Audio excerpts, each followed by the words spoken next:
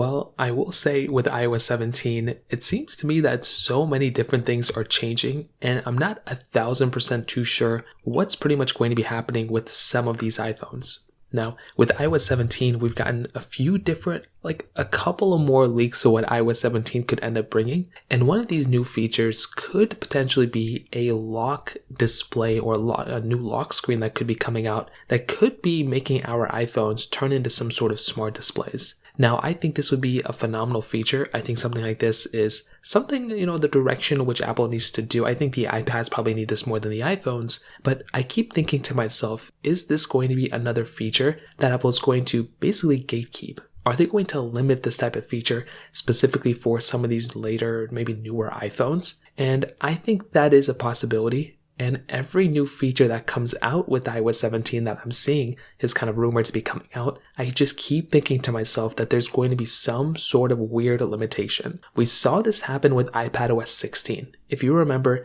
Apple basically stated that, we can't really basically have, I think it was like that new split screen multitasking feature, whatever they called it at that time for iPadOS 16. And they were like, only the M1 or M2 iPads could support it. But people saw that you could have supported it on the iPad Pro 4th generation, and I think even the iPad Air 4. But those iPads actually didn't get those features, or the iPad Air 5 didn't get it. It was like some weird variation of that. And guess what? Apple reverted that, and they basically gave everyone that feature anyway. I think the same exact thing is going to happen with iOS 17, where Apple is going to gatekeep a lot of features specifically for iPhones that either require 6 gigabytes of RAM, or they require the A15 Bionic or newer, something weird like that. And that is going to change up a lot of people's opinions on those iPhones. Now, I do think if there's any iPhone that deserves, the lock screen capability, it is those iPhones that have those IPS panels. With OLED displays, if you keep the same thing on overnight, like on a lock screen, display, I don't know how this is going to be set up, or if it's going to turn off when you're not using it, but if it's on,